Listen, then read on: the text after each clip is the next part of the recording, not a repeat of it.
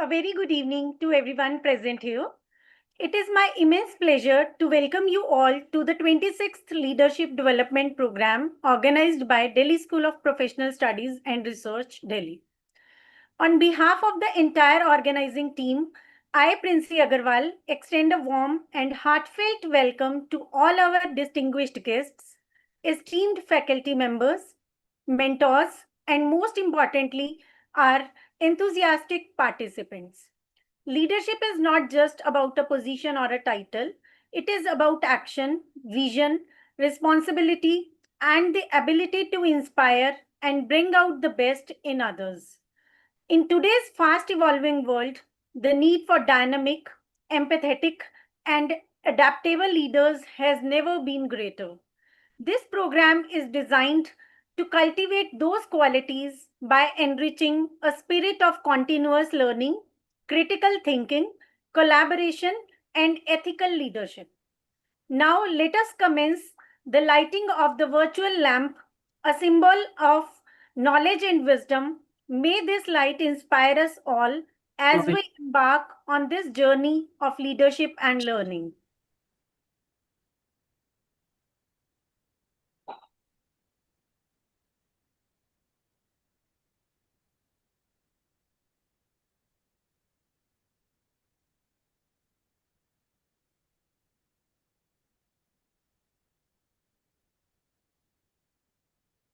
You are not audible.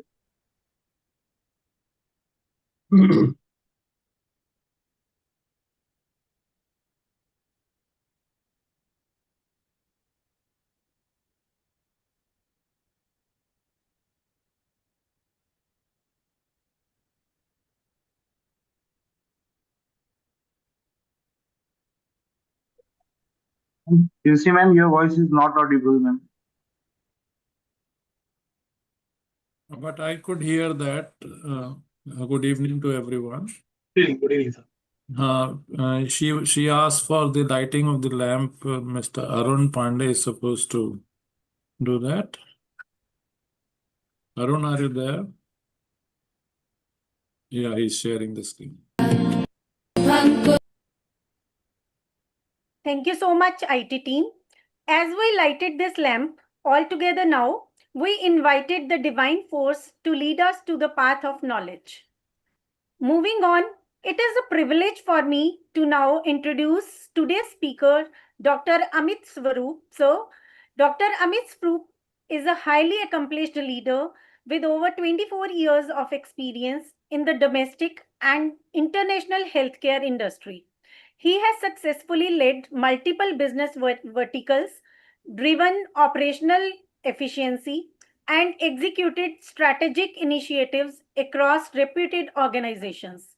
With a strong background in biochemistry, Dr. Swaroop has a proven track record in managing multi unit operations, mergers and acquisitions, stakeholder engagement, and compliance management. He has held leadership roles in companies like STEMS Healthcare, Strand Life Sciences, Diagnolab, CryoViva Thailand, Quest Diagnostics, OnQuest Laboratories, and Dr. Lalpath Labs. His expertise spans from establishing greenfield labs and service centers to spearheading international healthcare projects. We welcome you, sir. Thank you. Thank you very much, ma'am. Thank you. Thank you. Now I would like to extend a warm welcome to Mr. Arnab Ghosh, sir. Mr. Ghosh is a seasoned HR professional with over 2 decades of rich experience in corporate relations, industry outreach, strategic alliances, training and development, and student grooming. He holds an MBA and an LLB from a reputed Indian university and has held senior positions across reputed organizations in both corporate and academic sectors. As the head of the Corporate Resource Center at IMS Ghaziabad, Mr. Ghosh spearheads efforts to foster and strengthen strategic partnerships between academia and industry. He oversees corporate engagement, alumni relations, and institutional collaborations, ensuring optimal exposure and placement opportunities for students. Beyond his functional roles, Mr. Ghosh is a passionate career coach and mentor who enjoys guiding students and sharing life lessons to inspire the next generation of professionals. His core mission is to bridge the gap between theoretical knowledge and industry practice, empowering students with the skills, confidence, and mindset needed to succeed in a competitive environment. We welcome you, sir. Thank you, madam. Thanks. And now over to you, sir, Mr. Ghosh, sir. Yeah. Good evening, all. Thanks, DSIFR Group, for inviting me to be moderator in this program. Good evening, Amit sir. Thank you very much.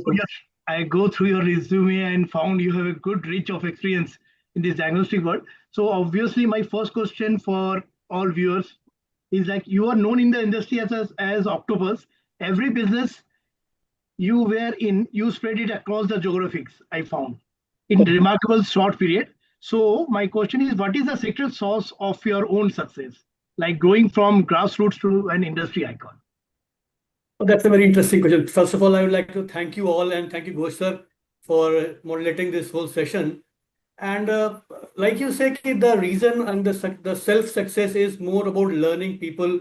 Like in diagnostic, I mostly spend time in diagnostic industry. Diagnostic industry from last 20, 22 years, it has grown a lot. And if you see diagnostics, it was from very basics now to very enhanced services, especially after pandemic. The major source of this motivation of growing this, and for me as well as the corporates in India and abroad, is to make these services available to the easiest and the tier 2, tier 3 and the most corner of the country. So that is the main reason, and that drives me.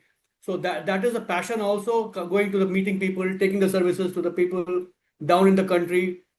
We all sitting in metropolitan cities, we are very fortunate to avail services which is very routine, but similar kind of services for the people downside in the tier 2 and tier 3 cities. That's the most important part which we used to play, and I play in any of the corporate which I have worked in last 22 decades now. Yes, sir. My next question to you, sir, what are the major challenges you think medical diagnostic industry would be facing in future, assume to be year 2050? Wow. That's an interesting question, and sir. And now actually, if you see, and all of you are so learned people, you so well aware, you see the systems growing, and especially after pandemic, if you see the diagnostic industry in last, I say, if I compare last 2 decades versus last 3-4 decades post-pandemic, things have changed multifold, and it is still rapidly changing.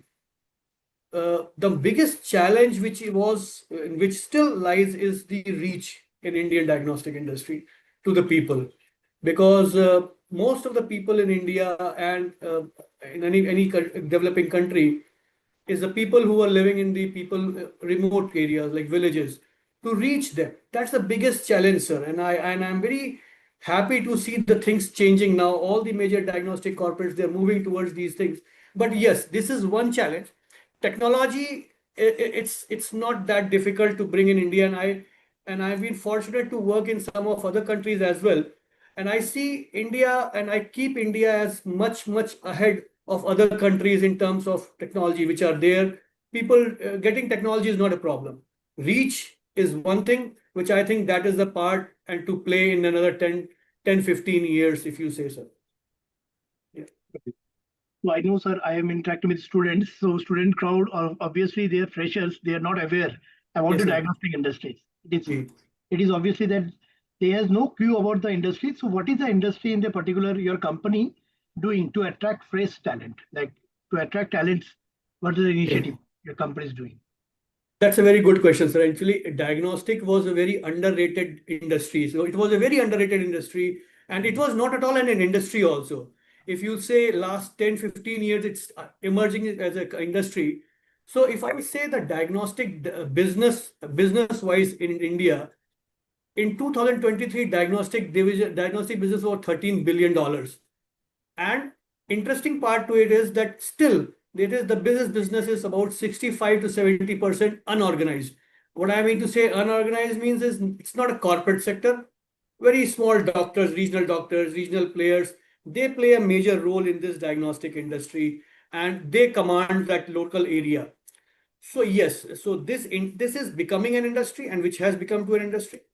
Coming to your question, sir, how to and what engages and how to get these people, the young talent, to attract to this part of the business. Most of the people that, if you see in this business, there are two segments. One is like core technical, which there are educations and all, plus the business development, sales, and other parts, which is more rapidly developing in the country. So, to your point, getting to the talent is one, is the education, the basic education. There are multiple courses which are there now for the specific diagnostic industry part, plus the motivation towards the medical service industry. That is the two key drivers which we take the freshers in for us basically. So, sir, if I say it for young crowds, if someone apprised to be Dr. Amit Swaroop in 20 years, timeline, what quality he or she must have in Sir, year it one? is that's a very interesting, sir. So let me tell you about myself, sir. So I started as a normal student. I came from a small town, so I started like उस time पे there was only two options, या doctor बन जाओ या engineer बन जाओ. So MBBS दिया, MBBS में 2 बार हुआ, तो BMS में हुआ, तो which my whole family, being from a medical family, which was like a very demeanor to me. So I was pushed down कि भाई ये तो तुम्हारे बहुत गलत हुआ, तुम तो entrance निकाला. So I gradually moved into science field again. I did my MSc in microbiology and a PhD in biochemistry with the concept of कि research करना है, professor बन जाएंगे, and I started that also. I did my PhD in biochemistry very successfully, and most of my colleagues were there. And having a passion for the business and from the medical fraternity, that drove me towards this industry actually. So I started my career as a technical person, sir. So I started in the biochemistry lab, yes, doing the testing part. So this is a stepping stone for every student, right? I found this stepping stone for everyone. That's a stepping stone. So that was my answer to your question, sir. So I started my career as a technical person, as a biochemist, testing, giving reports, signing the reports, analyzing the quality of the reports.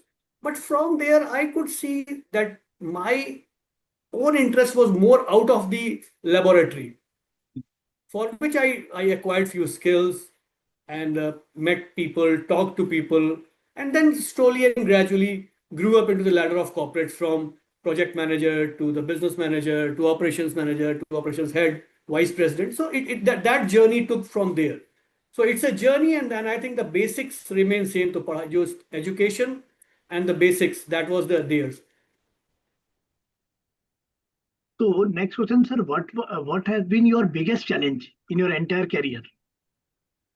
Like, so you have started your career from biochemistry as from lab till CEO position, you're running the business. So what is the biggest challenge you can found? The challenges actually, they changed time to time. When I was student, and I think this is a question for everyone, and everybody faces in life. The challenges, then they change. It's a very dynamic proposition actually. So challenges, these they change. When you are a student, the biggest challenge we used to see कि अब career में क्या करना है आगे, what to do next. That's the biggest. When you enter in a corporate or in a research institute, you have to do research, you have to publish papers. So that is another challenge. So, sir, my answer to you, and I never saw one challenge is like every time, and one challenge, and I won't say it's a challenge, it's like a driving force, was growth. So that was a pivot where the all challenges came, and it came in different time of the life, different time of the career. It's not same. They changed. Cool. So that's why I want to know, like, you can share some inputs to students I found a lot of students whenever they join any career, like in diagnostic industry or any other industry, sales, Yes. because they work in sales, operation, everything. So Yes. initially, I found students within 2 months, 3 months. Initially, they feel jittery. Success is not Yes. there, so they should learn. Na, failure for Absolutely, sir. success. Failure is the first step for success. So how Absolutely, sir. you counsel students, these present generations, about this particular scenario? You can say it is Thank very you very competitive nowadays. How to Absolutely, sir. overcome And it? I know it's this world is changing and it has become like super competitive. So my only suggestion to and sir, I'm very honestly telling you this generation which is there, this generation is a much smarter generation than our generations. Yes. So we were literally in not in a very good situation at that time for the internet and every resource availability. So what I find, and I think that is the crux which I also tell the youngsters to talk about is, so whenever you have to define where you want to reach, what is your ultimate goal, what would be required to reach there. And this, you have to have a long-term goal and a short-term goal. So my suggestions to all my youngsters and the people who are coming across this thing is that one, they have to make their long-term goal, that what exactly they want to do, which should be fixed. And then short-term goal has to be like flexible. They need to work on that, reach there, and then again make a short-term goal to reach that ultimate goal.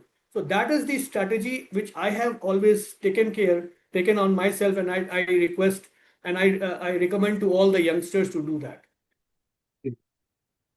So if I say, what is your biggest achievement in entire career, spanning all companies you work over? So what is your biggest achievement till date? So the biggest achievement is that I'm learning still. I have become a human being, a better human being. That's my achievement. I don't take the achievements on the monetary part or the career part or the designation part. So I have slowly and gradually and on a very hard ways learned people matters. Okay, so we need to say, correct, like we should learn, then again, and seeing the competitive market, we should unlearn ourselves, then relearn again. So it will Yes, sir. help us Yes, going. exactly. Learn, relearn, train, retrain, coach people, and then keep on yourself. That myself also keep on learning, and that makes a better leader for your part. That's what I have tried to become, and still I'm trying to work on that. It's not yet. I have it's still work to do. So can you frame a story how you started and in every job you shaped yourself eventually evolving to such a big responsibility? So it is very important for every individual. Absolutely. Can you throw some light in this? It is very important part for It's young very generation. interesting actually, sir. Yeah. So when you go into any new role or a new organization or a new environment, the environment, first of all, there is already a fixed mindset there, fixed processes there. If I don't talk about the business, because business is dynamics, values, rupee value changes, but there's a mindset, there's a new team. So first of all, what I personally do is I try to understand the current challenges, current potentials, current team building. Try to gel with them. And gelling with the team, building a team from scratch, meeting with them, working with them from ground, realizing their challenges, working on the challenges, reorganizing the things along with the people, asking them questions, taking suggestions from them.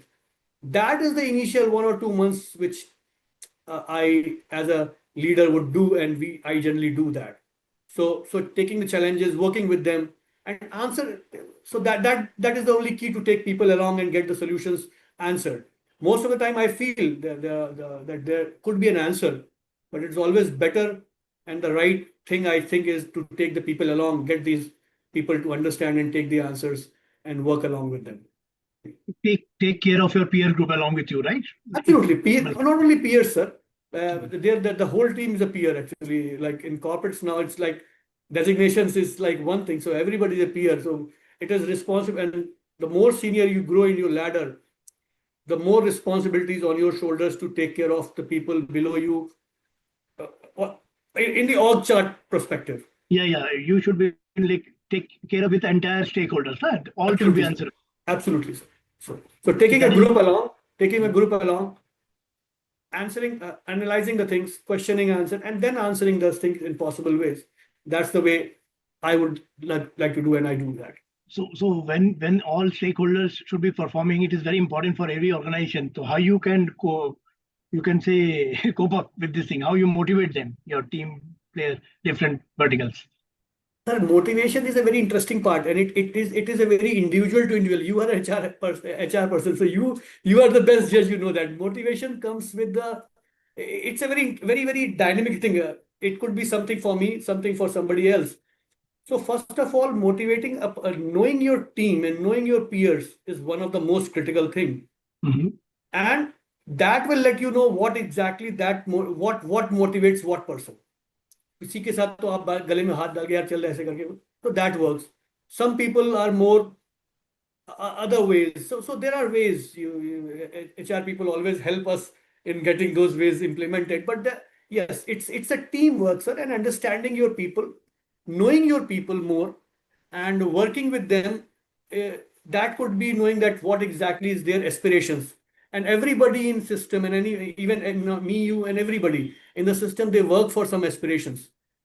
So the better we understand their aspirations and how can we do in the corporate reach of that organization will always motivate a team. So sometimes it happens like every team member is not same performing, someone Absolutely. underperform. So how you overcome this situation? How you motivate that team player, those who are underperform, but they are good for the company part in long term. So how you motivate them? the best there are, see, like you see that there are basically what I personally feel that everybody can learn. So ultimately, if the person has that capabilities to learn, so training, retraining, that is the first and basics which is there. And after this, I think that generally 99% solves the problem on the process, setting, training, and retraining. 1% problems are always there, issues which is managed by the help of other processes, other management decisions. Sometimes you have to be hard also. I don't say that you don't have to be hard. You have to be hard. Push factor is there. Push factor. I always like to work with the carrot and stick formula. That thing works. 99% generally it works, sir. But sometimes you'll have to have, yeah. So you know better like how to manage your team player, right? During the tough times, right? So whenever any company you set up a targets for your company for yearly, how you split it into quarterly, then you can say 15 days, fortnight, or weekly. So how you overcome this particular target to your team players? But in diagnostic, it's very interesting, sir. So your targets in diagnostic, basically, if you calculate some in larger companies, what happens is there is a product which is going to sell here, and then the revenue realization comes in certain times and certain parts. Interestingly, in diagnostics, it's a very unique industry, sir. It is like I say, it's a like my end product, like raw product is the blood taken in Chennai. End result is product is delivered in Delhi, which is the report. So there are multiple hands taking part, and the best and the beautiful part about this whole industry is you are aware of your revenue every day. You can be aware of your business trends every day. So your annual targets can be driven down and broken down into the 6 monthly, 15 days, and every day. You can track your thing. Suppose an example, I have a target of 100 samples a month. It can be easily broken into a daily target. So the team can be aware, and that's the way I like to drive it. So the team is aware that my target is this. So rather I am waking up after a month and telling them, partner, we are cutting crosses, cutting losses things. So it is aware every day the SMS or the WhatsApp triggers up, a report comes up that we are into red, green, or yellow zone. So that's the beauty of this industry, sir. So again, in this industry, I found a lot of competitions are there. So how you manage with your peer group? A lot of competitors are entering in this field. Even I found SpiceJet also entered in this diagnostic business very recently. So a lot of competition, cutthroat. How you can overcome? You can say motivate team players. And I think, sir, this is a very good question. Actually, if you see diagnostics, pathology, especially pathology division and radiology part, especially this attraction, it's like a magnet attraction has started happening mostly after COVID, Correct. where most of the businesses were down. There was no generally, the world was on a standstill, businesses were standstill. Hospital and diagnostics we're still performing and performing on a good 20-30% EBITDA rate on that percent also. But that also brought one thing is that most of the people got attracted just because of the revenue part, Correct. not because of the understanding of the market. Mhm. So now, sir, down the line 5 years, if you see after the pandemic has now subsided and it's not gone. I never say that COVID has gone. It is here. It's an arranged marriage. Live till the life is live. So COVID will be there. So, but now after 5 years, steadily it has started declining. The people who came just for the interest of the money has gone or receding. There were a lot of corporates which got interested. But like I said, it's a very interesting and unique proposition of industry, which your raw material is in Chennai and your product is developing in Delhi. So very, very unique proposition. And in that unique proposition, you'll have to maintain the quality of the reports and sanctity.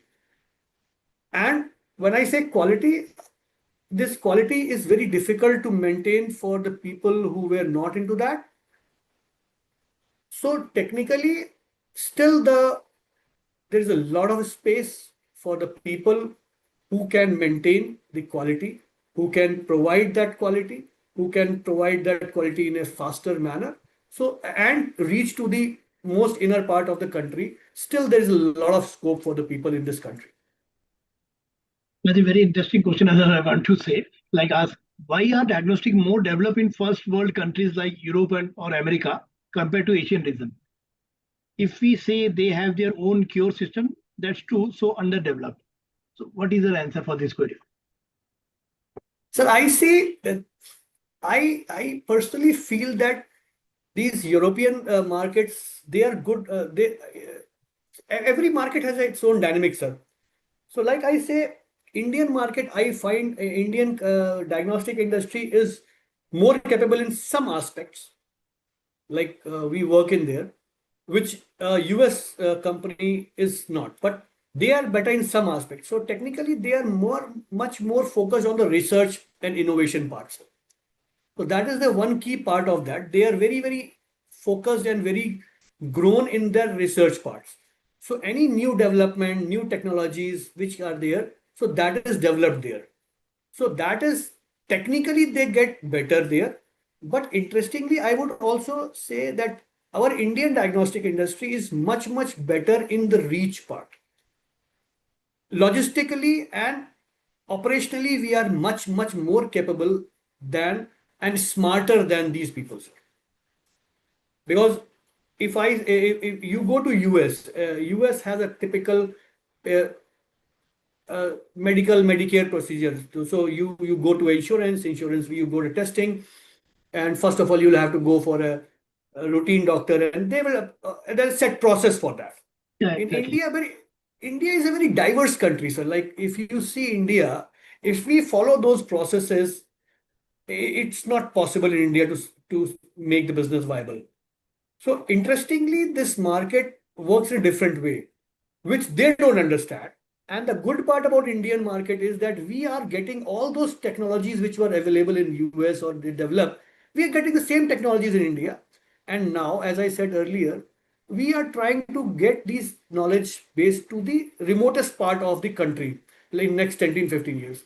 So that makes it's a unique part. So to answer your question, they are ahead, little upper hand on the technology part, but we are very, very smart on the operational logistics and connectivity part of it. So do your company now able to reach out all these tier 3, tier 4, you can say small town right now? How you go? That's a dream, sir. So that's a dream. India is such a vast country. Yes, exactly. UP Population is itself, more. UP itself is equivalent to Brazil. Exactly. So we are fighting, and like that's a dream, our dream, that if we, and honestly, no company in India has been able to do it till now. Even Dr. Lal Path Lab, if you see, they are very strong in North. They wanted to grow. Till now, they are not every corner of the North also. Exactly. They don't go to the remotest part of the country, which every company aspires, and that's the inspiration which we take forward. But not yet. So you have any specific plan for reaching out these small towns, cities? Like I know it is a dream, like you say already, UP is equivalent So to it's Brazil. actually it's a very cash incentive. It's a very cost incentive intensive work basically. So it's a gradually and probably we are spreading, and also spreading to the, there are some every organization has this strategic locations which gives an advantage to that. So that is the parts which we take our advantage areas we first, and then expand to the other parts. So expansion is happening for every organization and for our organization also, but in a very phased out manners.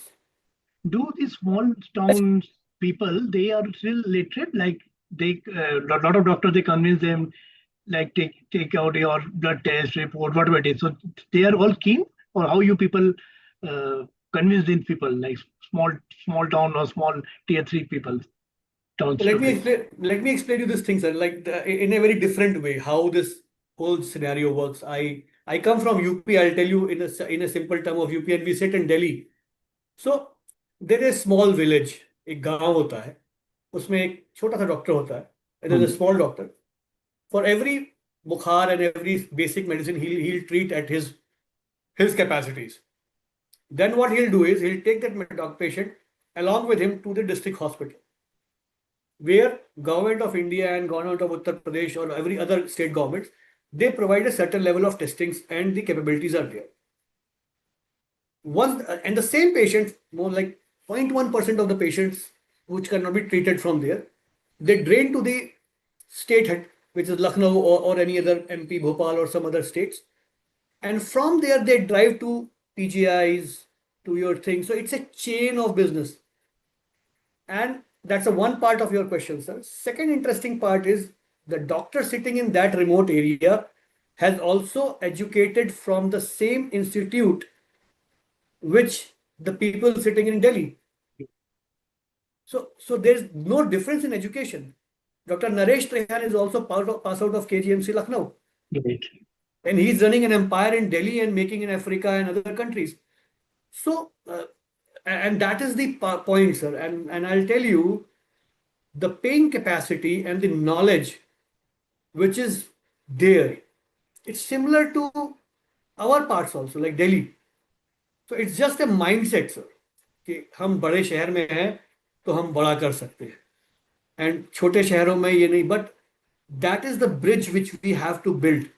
That is like, if you ask people, responsible people like you and me, छोटे शहरों में everything is there, sir, everything. And why not, if they also have that, they should get that quality of testing and quality of medical sciences which is available for the people sitting in Delhi. So that is the most important part for a person sitting in like Rai Bareli or Amethi or maybe in Hosur or somewhere in Chennai or down south. They also are the equal citizens, and they also have this thing which they should get this quality testing in part. I am saying on the testing because I'm from that industry. Not only testing, similarly with education, similarly with the healthcare hospitals, similarly with the other facilities. Once we are able to do this, I don't see any gap and any other country being traveled the globe, sir, vividly. मुझे नहीं लगता कि हिंदुस्तान से better कोई और देश कर पाएगा. Because we have a lot of population, the major part. Sir, not only population uh, is one part, it's a thing, but जो हमारी country में diversity है, how diverse we are, kind of resources which we have, it is very the best part which will, so that it can become a fantastic country anyhow. True. So for young generation, like student for DSPR, they are having BBA, also BCom, or students those who are non background like science जिसका background नहीं है, like for G sir BSc MSc का तो आपका background से start किए थे, so those G for G those student how to enter in this diagnostic business like for their career, तो बच्चों को क्या मैसेज देना चाहते हैं, very important part sir it's a like very sir, first of all, every student has their own like a short term and a long term goal which we talked. Correct अब अगर किसी को diagnostics as a industry appeal करता है and he may not be from the diagnostic और from a science but this industry is such a unique industry sir which has a part like I told you in the initial discussion एक हमारा part है which is a core technical part which is testing and the doctors and the lab technicians laboratories, but to support that part there is another division which is like your HR, which is business finance, which is your marketing, which is so operations, like operations.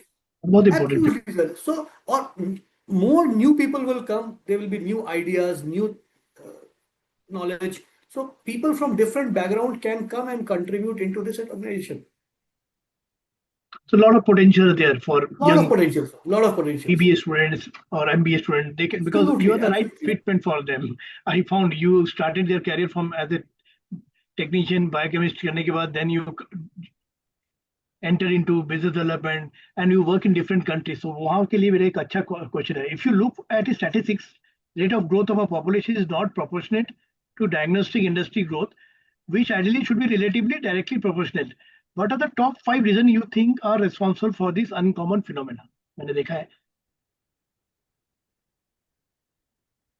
Reasons actually. If I say, first of all, I will blame ourselves also.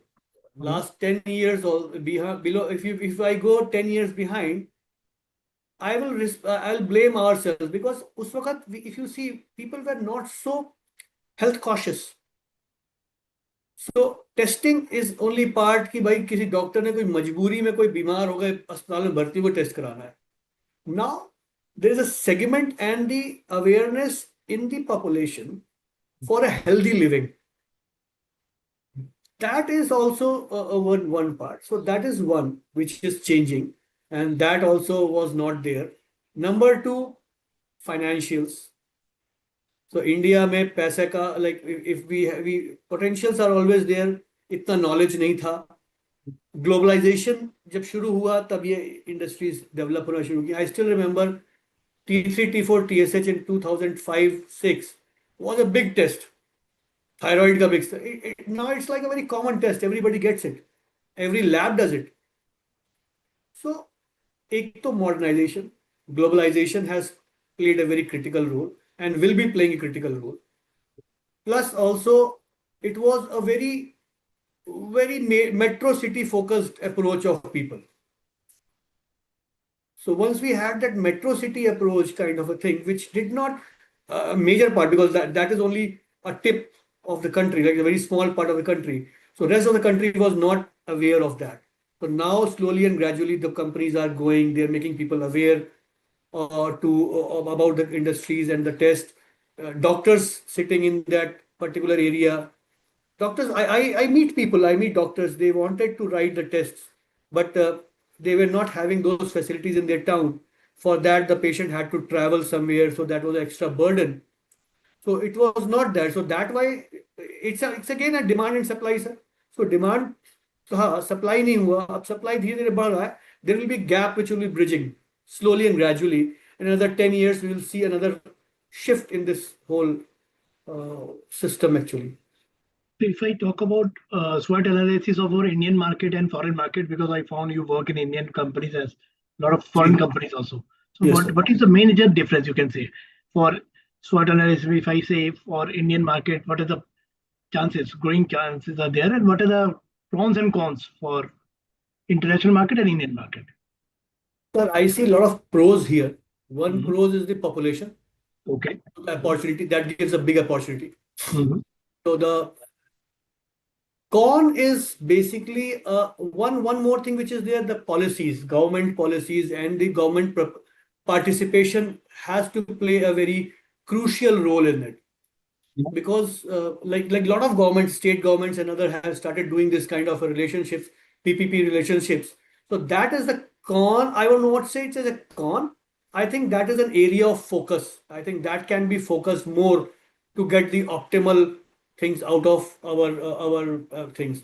But once this government policies and the private capabilities they start merging together and giving it to the people in form of PPPs or other processes, other things, then it will become a very unique proposition, and the gap from the west and this part will bridge in a great way. Like India is a big market, you say. So in if I found industry like education is a big hub and same health. So both things can easily survive for long duration. Absolutely. Absolutely, sir. Long term. Oh, there was a saying, no, sir, ki, like when people start earning, what Uh-huh. they'll do is they'll eat bad, wear good, अच्छा पढ़ेंगे, and then ultimately they'll fall sick also. So, So I think now it is already quarter to 7 होने जा रहा है ना, मतलब बच्चों का क्वेश्चन तो कभी रहे ईशा से पूछना पड़ेगा. So if any so questions are there from student side, I yes, want sir. to throw it to audience. Ajay sir, if you want to ask something from Amit sir, you and other people, please ask them. Anyone having any question? Hmm? You can unmute yourself or raise your hand or write in the chat box if you have questions.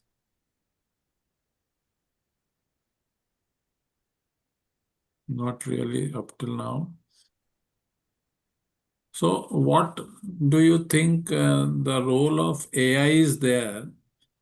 Let me ask you about the incoming Interesting thing of question. AI. Good question, sir. And that thank you very much, sir. It's very interesting. AI is like a lot of people are scared of AI, but I'm very hopeful about AI.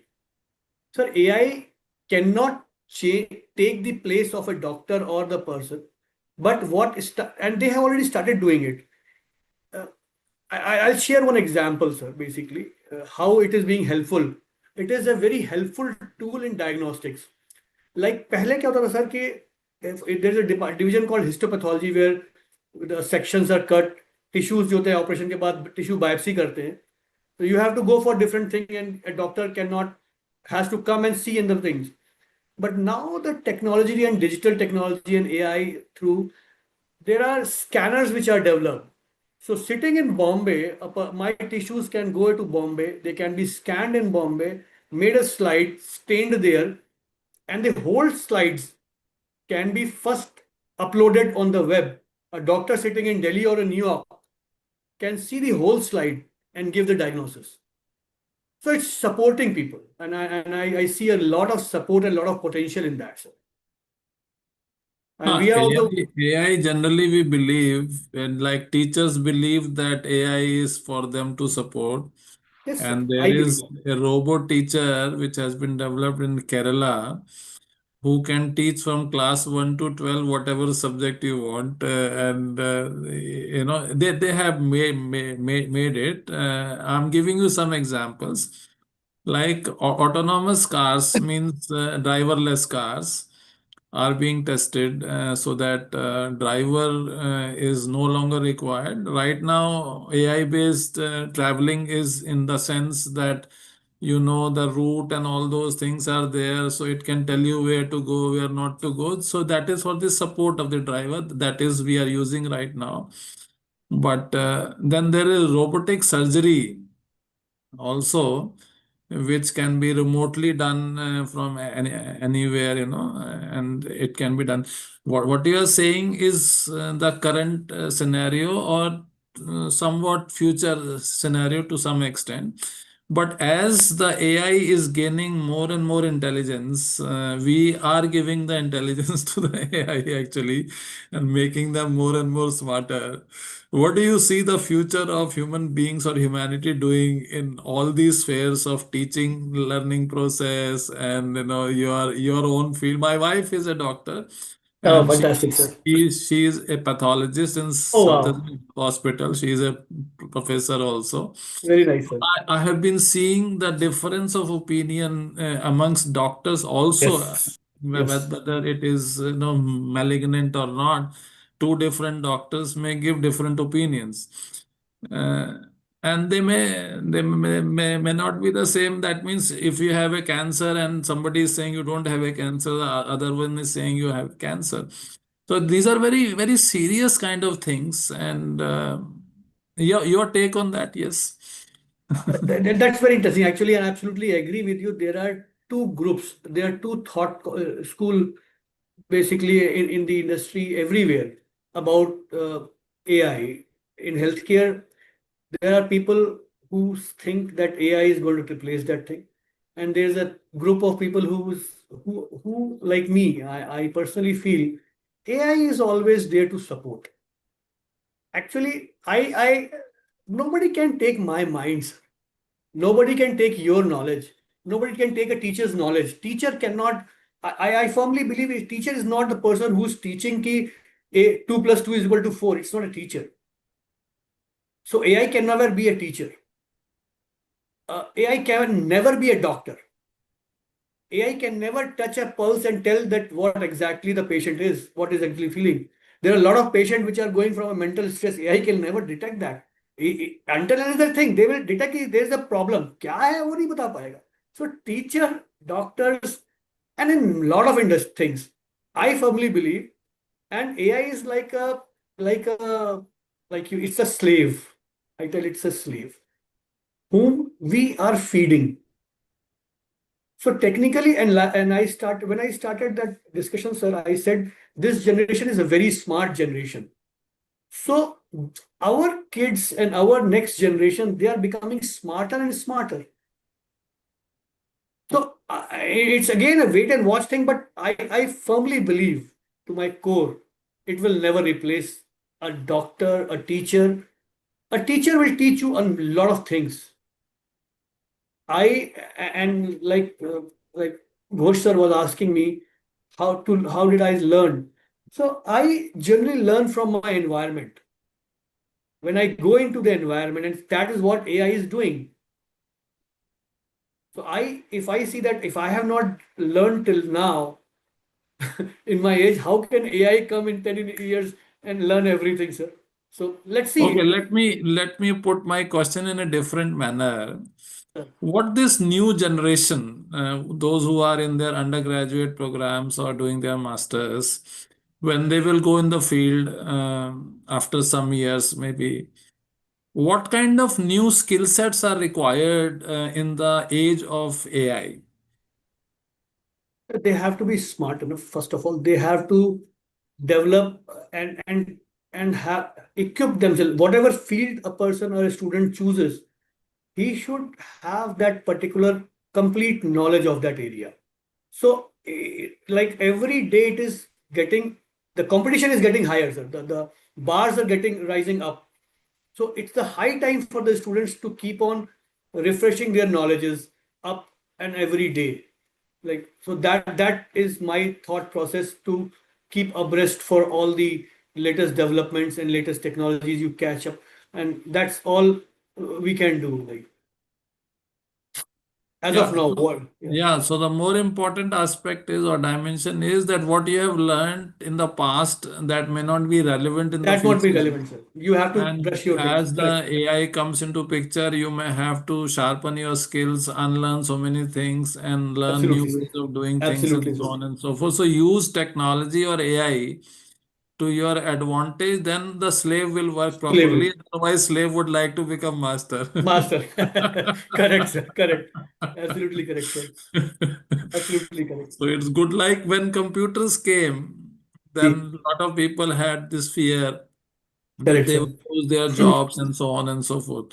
And many people, like, those who were doing manual typewriting, those who did not move to computerized thing or, that They automatic, they lost their jobs. So they lost their if you jobs. want to continue to be relevant, you have to be, on the Upskill. forefront of what technology is offering and how you can make it better. Absolutely, sir. Absolutely agree, sir. Absolutely agree. And that is the way things will happen and keep on happening, and we can do that. You'll have to, if we have to survive and sustain, we have to keep on learning what is new in the market. Right? Yeah, like while we are in the classroom, sometimes we notice that we give some assignment and people come with ChatGPT answers, ChatGPT. Yeah. and sometimes it is not correct. So we then tell them that you have to use this ChatGPT also smartly. You can't just rely on what answer you have got. You have to apply your own wisdom to be Exactly. authentic about it. Otherwise, it may land you in trouble. So Correct, I sir. have a few examples in the classroom where it has happened that they came out with a solution and which was not true, which was not correct. So it is to be used very, very carefully. Now that is why probably domain-based AI, generative AI models are coming instead of generic, like ChatGPT is a generic kind of AI or GAI. Whereas for law, because it can give you, I can tell you that it can give you citations of papers which have not yet been published, but it will show you as It if will show they you have been there. published. It can give you legal case studies as if they have happened, or the court has given judgment, but they are not existing. That is why people have started developing law-based specialized GAI things, and similarly for other fields also. So even then, those may not be to that perfect thing, and human intervention is in any case required there also. So the younger generation has to start, understanding these nuances, and new jobs are being created in these fields. Correct, sir. Like how to put search in the ChatGPT is a kind of a job, like search engine optimization came when all these things came, that you need to learn, those things. So newer jobs are coming up, and new generation has to really look into those areas. So can you suggest some new jobs which are coming in your field or would be coming in the future that students should look for? In diagnostic industry, specifically AI, basically there is a lot of computer sciences students which are contributing into developing few tests. So I know few people who are developing into radiology, some X-ray parts, trying to define a course of a diagnostic, not a diagnosis, but a course of diagnosis. So yes, there can be a lot of jobs which can be coming into this thing, specifically like development things of the tests. So yes, it could be a new thing. But like you rightly said, sir, uh, every student who has to go in, and not only in diagnostics, healthcare, in any field, sir, has to keep and should keep the pace with the new technologies and new things coming into the market. Yeah. If I Anyone ask, else having any question? Yeah, yeah, Arnab, yeah, you can. please, let's carry on. Actually, I want to know, like, sir, what are the a lot of jobs officers are there? So those who are pursuing BBA in business analytics, I think they Yes. may be having some prospects, definitely, in coming years. In AI, sir, in AI or in diagnostic directly? In diagnostic, AI, or business analytics, and Diagnostic, like I told you, for the students prefer, going BBA, and there are a lot of marketing in your marketing divisions, in the branding divisions, because there's a set of gamuts like branding, marketing, sales, operations, logistics. It's a very unique problem. So technical part is also like 40% of the industry में देखें sir अगर तो 40% is the technical part, 60% part is the management part. So वहाँ पे we have HR, we will get the operations, you get marketing, you get sales, you get everywhere digital content creations. So everybody has a job in diagnostic. If it is the student जिसको they have to choose about diagnostics. They have to, if they prefer diagnostics, it should come from them. They can come. They're most welcome. We'll be very happy actually. got it. Means still student has 60% prospects in that field, like those who are Yes, into sir. Yes, BBA, yes, those yes. who are into MBA. Non students from non-science background. I'm saying Yeah, that non-science background, exactly. non-science background. So there's a bigger chunk still we have there. Correct. We have computer application students also. Yes, sir. BC Yes, we sir. have We started. have absolutely, sir. There's a division in separate because आज की तारीख में everything in the whole diagnostic runs on computer only है. अगर हमारे softwares and the speed of the market, so everything is IT based, sir. So computer students can also come and they are most welcome to see the career in diagnostic fields. Not only diagnostic, hospitals also, HIAS, LMS, lot of things people come into that information. You said one statement that putting the nerve, the fingers on the nerve, which Ayurveda doctors generally do, Ayurveda Charya doctors, they No, sir, generally do.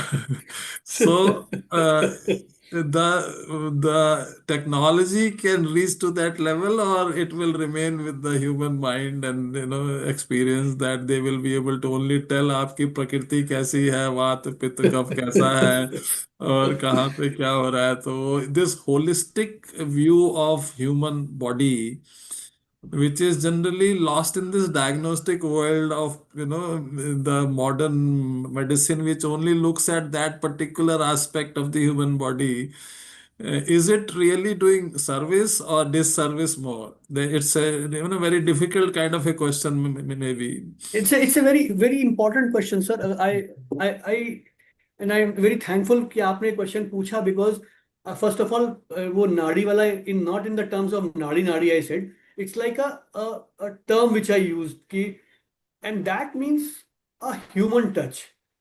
So I firmly believe, madam, if you ask me, technology or empathy, they cannot be merged.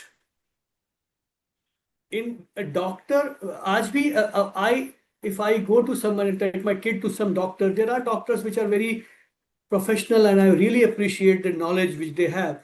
But there are few doctors who will talk to you, who will interact with you. They have an empathetic attitude. So that is the touch. I will give you a live example, sir. I come from like this background. So when I started my education, बड़ा interesting story है, sorry. I'm sorry. I'll take a little more time, Ghosh sir. Please allow No, us. Uh, please, please. Ajay sir ने इतना important एक question पूछा है, which is very interesting, and I think so. I'll tell you a story, sir. I'll what. After my MSc, I was very hellbound. My father was also a doctor. We lost him in COVID. So I was very hellbound कि नहीं, हमें lab खोलनी है. I want to start my own business. And my father was a very visionary. He was a chest specialist, very visionary guy, a very renowned doctor. So my one of my cousins, he used to run a lab. So I was sent to him कि भाई इसको train करो. And I don't know what happened between them. I did not know. So I was sent there. So मालिक था, well, owner का भाई है. So you know what they gave me? They, in the month of June and May, June hot time, I was given a role of a phlebotomist. Phlebotomist is the guy who जो blood निकालता है बाहर बैठ के. तो उनकी AC lab थी. And I'm telling you, like 97, 98 की बात. And I was assigned a seat in a shed outside the lab. This happened 10 days, 15 days. काफी दिन चला. I one day I asked him कि ये क्या करना है? You have to learn from the ground. So one day, what happened is one lady came with very, I can like बहुत कमजोर सी lady थी, उसका blood लिया मैंने. My duty was to take the blood at that time. Blood लेके lab के अंदर देना. उसका hemoglobin check हुआ.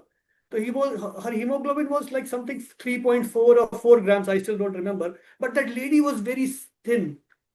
So I was pushing, यार इसकी report जल्दी दो, जल्दी दो. My brother called me in and asked me and showed me the vial. कहता क्या है? हमने कहा ये बहुत बीमार है, इसकी रिपोर्ट दो. This is the point which I wanted you to learn, because all these vials contain blood and you are asking for this person because she's actually sick, and I could see the face in it. And then sir, when and this took that this whole incident, like मेरे मतलब अंदर तक रह गया कि एक empathy जो होती है वो बहुत इंपॉर्टेंट है. So when I was very fortunate to work with the global companies, I working with Quest Diagnostics. तो Quest US में was a very big name. तो उस टाइम पे सर 2005-6 में when we came to India, तो people in India phlebotomists did not know to use vacutainers. आज तो बहुत common है. We were the pioneer to train people who to use vacutainer, blood निकालना कैसे होता है. But we didn't get people. So I started a training program in collaboration with that. And for the people in the lab, what we used to do is we used to put a sticker of a face on a tube, vacutainer. That this is not a blood tube. This is carrying a life. So every vacutainer carries a life. And the time between that vacutainer is taken out, report is tested and given to the patient, that whole environment of time, that anxiousness, everybody would have faced in their life sometime, or I think everybody should not, but in our age, everybody has seen it. So the empathetic value of the whole cycle is more important than any technical value. That is because then we used to give those things and train people on that thing. Bhai, ye ek sample nahi hai. It is a life which you are carrying in your hand. तुम किसी की जान लेके जा रहे हो अपने bag में. So that is the answer to you, sir, for that AI thing also. And but it is still, and I'm little old school thought, but I still want to inculcate this culture. And Ghosh sir was asking me about the new teams. So this is a kind of culture and environment which can be created and made the industry in a different way. In a very commercials are important, very important. पैसा हर company के लिए, but values, ethics, वो भी inculcate करना, especially in the younger generations, which is here, some students will listen. It is more important, I think, should be taken forward. Yeah, that's the most important dimension I think you have touched. Yes, sir. That is true not only in your profession, but in the teaching profession also, in every other profession or the business, it is important. Yes, sir. Like I generally say, the student is a student, not a roll number or an enrollment Absolutely, sir. number. Absolutely. Or not like in jail, you have a caddy number. So it's not a number. Absolutely, absolutely agree, Not a sir. number. You need to know what one wants to become, how you can help that child to become what he wants to become, to unleash his full potential. And that is how this entire idea of connecting people to, those who are successful people, and if they mentor at least one child in an institution, then obviously if a child is being mentored by so many, like you said, you are put in that particular situation to learn a particular aspect of life, and that is why you remember that aspect even now. So that is the beauty of a mentor, that he wants to put you in situations so that you become a more evolved human being. So that is how this entire platform has been created, to ensure that the students learn from the experiences of experts like you. Thank you very much for bringing Thank you that very up. much, sir. And I firmly believe teachers in any stage of life and every stage of life, they play a very, very vital role in shaping your life. The teacher can be a teacher can be a guide, or anybody who teaches. Like you people are doing a great job, sir. Thank you very much for inviting me and talking to me. And the great work you guys are doing. Thank you very much for that also, for the community. Thank you. Thank you, sir. Now, I think time is over. So now it's come for thank you note. So over to you. Thank you very much, sir. Go, sir. Thank you very much, Ajay, sir. Thank you. Thank Nancy you for ma'am, sparing Mukta your ma'am, thank valuable you very much, time. everybody. Guys. Mukta, thank you, Prince. I think now Everybody, and it was a pleasure meeting and talking to you guys. Ajay, sir. so now I think it's time for vote of thanks from student sides. So now over to Mukta and Princey. I think they will talk about it. जी sir princi ma'am हाँ जी. Thank you so much, sir. As we conclude today's insightful leadership development program, it is my privilege to deliver the vote of thanks on behalf of the entire DSPSR family. First and foremost, our heartfelt gratitude to Dr. Amit Swaroop, sir, for his invaluable contribution to the leadership development program. I would like to extend our heartfelt gratitude for taking the time to share your valuable insights and extensive experience during the session, sir. Your journey across the healthcare sector and your practical wisdom in operations and business development were not only inspiring but also keep deeply enriching for everyone in attendance.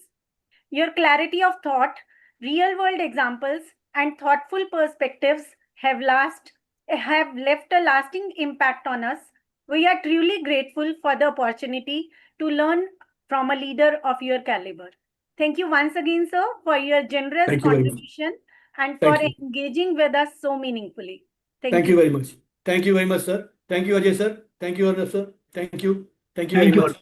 A Pleasure was special meeting you, sir. thanks. Thank you very much. Thank you. A special thanks to Mr. Arnab Ghosh sir for his excellent role as an anchor.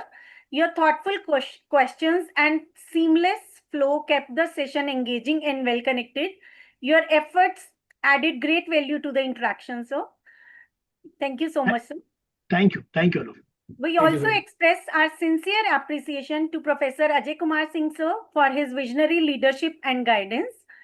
Thank you to all the participants for being with us this evening. Your presence made this evening truly interactive and meaningful. And last but not the least, heartfelt thanks to the organizing team for their behind the scene efforts and flawless coordination. Thank you once again, everyone. Have a great evening ahead. Thank you very much. Thank